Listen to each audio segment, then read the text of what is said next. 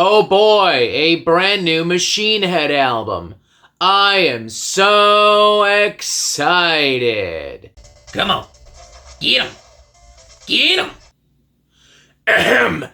Oh boy, a brand new Machine Head album. I am so excited. I got you now, you slippery little ninja idiot bitch. Come on, come on. Hey, Thrashin Jackson. Huh? Wait, what? What's going on, Mr. Meltdown? What you yelling at me for? Well, because normally this is the part of the video where you'd interrupt me and scream in my ear and tell me about how this band is real metal and I can't comprehend them because I'm a fake gay poser metalhead or whatever, and you are uncharacteristically very, very quiet.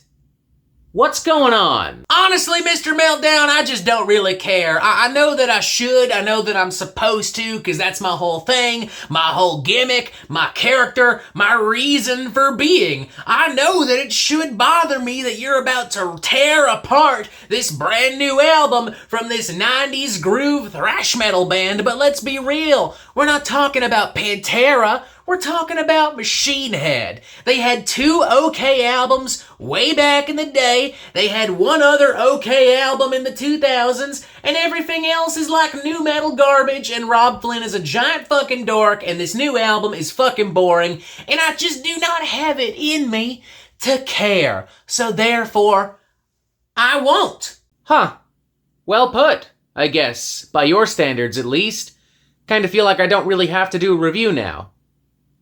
But I mean, you're already here, and I got bills to pay. So good morning, metalheads of the internet, and welcome to a brand new episode of the Metal Meltdown. Today we are talking about the latest studio album from Machine Head entitled Unatoned. This is the 11th full-length studio album from this American groove metal, thrash metal, heavy metal crew. They've sold tons of records, they've toured the world, they've been nominated for a couple of Grammys here and there. In theory, the release of this album should be kind of a big deal. But so far, people, at least from this particular corner of the YouTube metalverse, are treating this record like one big giant meh, who cares? And like when we did the reviewing every Machine Head album video, in which I reviewed every single Machine Head album, there were a lot of people telling me, self-proclaimed, die-hard, long-time Machine Head fanboys, telling me that they were just kind of done with Machine Head, that Machine Head had just kind of fallen off. Like, there ain't nobody rushing to the defense of records like The Burning Red and Supercharger and Catharsis, the latter which is so bad it nearly broke Machine Head, it nearly destroyed Machine Head. And though it's fair to say that Of Kingdom and Crown was an improvement overall, especially in comparison to its direct predecessor, Catharsis, it's still not a great album. Its story and its concept, inspired by animes like Attack on Titan, was just too over the top for my personal liking, and overall I felt like the album was just trying to overcompensate and make up for the reception of Catharsis. In my opinion, it is made worthwhile, not really by anything Rob Flynn does, but rather by the contributions of Vogue of Decapitated fame and Naveen Koperweiss of Entheos, Whitechapel, and Job for a Cowboy fame. Neither of which are currently in this band or on this album right now at this moment, so yeah. And you know what?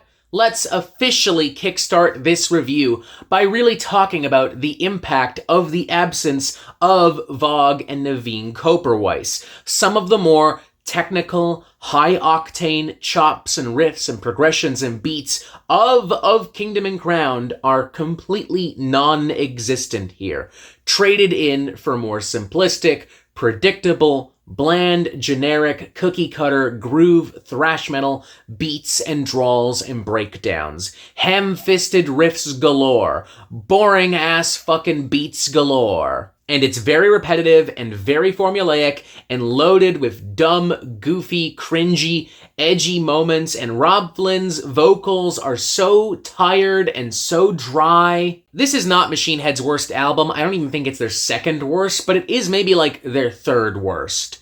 And overall, just a very boring and unimpressive affair. After the unnecessary nothing burger intro cut Landscape of Thorns, the album finally gets things going with Atomic Revelations, and it's loaded with some decently chunky, meaty, thrashy, groovy riffage all through. It's got some energy, it's got some momentum, but things start to fall apart once we get to that chorus. Machine Head trying too hard to have a big hook that sounds weary and dreary and melancholic and important, and it just falls so flat when contrasted with the heftier, chunkier, more muscular, groovy thrash riffage. And attempts to complement this with some very minimalistic, kind of eerie, creepy sounding, solemn little keyboards here and there throughout, right after the chorus and even closing out the cut.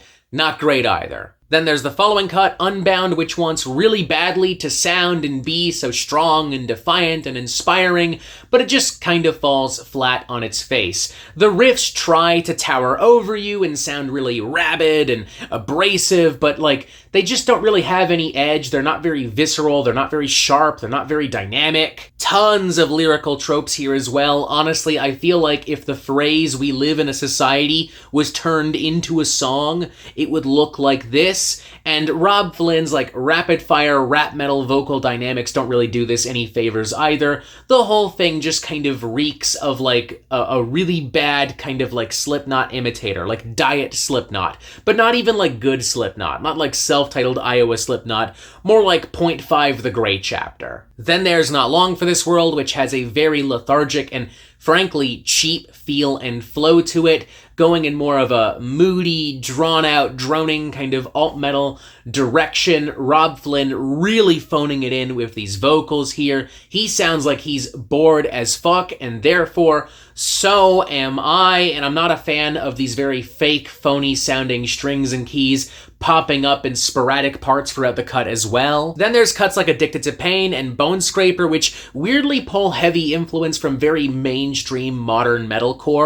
It's the kind of song structures you'd hear from Motionless in White, Bad Omens, very basic, verse, chorus, big breakdown, and they try to pepper it with some electronics here and there, some sharper tones, and these kind of edgy, angsty, kind of rabid nu metal textures, but it's just not working at all. And tracks like Bleeding Me Dry and Scorn also try to go back into more moody, emotional territory. They want to sound and feel really vulnerable and powerful with these very quiet, contemplative verses leading into a power ballad-esque unleash of full-blown metal. But god damn, it is so fucking weak. God damn, it is so fucking lame. It just ends up sounding like a stupid fucking metal ballad that I would hear on a Five Finger Death Punch album. To make matters worse too, Bleeding Me Dry throws in these really lame, basic bitch fucking electronic beats, and Scorn as well just throws in these really basic, rustic sounding acoustic guitars.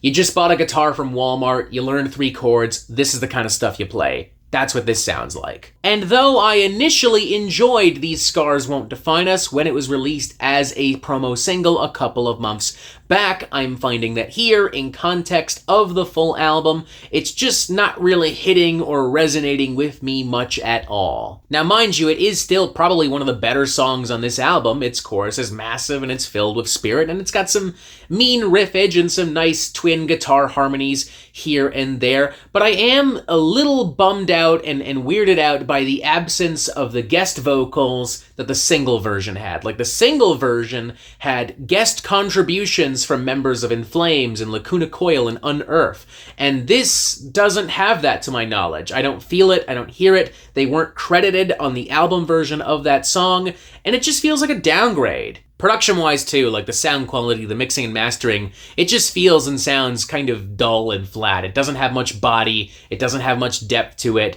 It's a very basic, modern metal production job. When we started this review, I was feeling a 2 out of 5, but now we're here at the end, and I'm realizing that I really did not enjoy a massive, vast majority of the album, 98, 99% of the album. I just found it to be very dumb, and boring, and bland, and overall underwhelming, unremarkable, uninspired experience. The laziest and most boring thing that Machine Head have put out thus far, in my opinion. I'm feeling a strong 1 out of 5.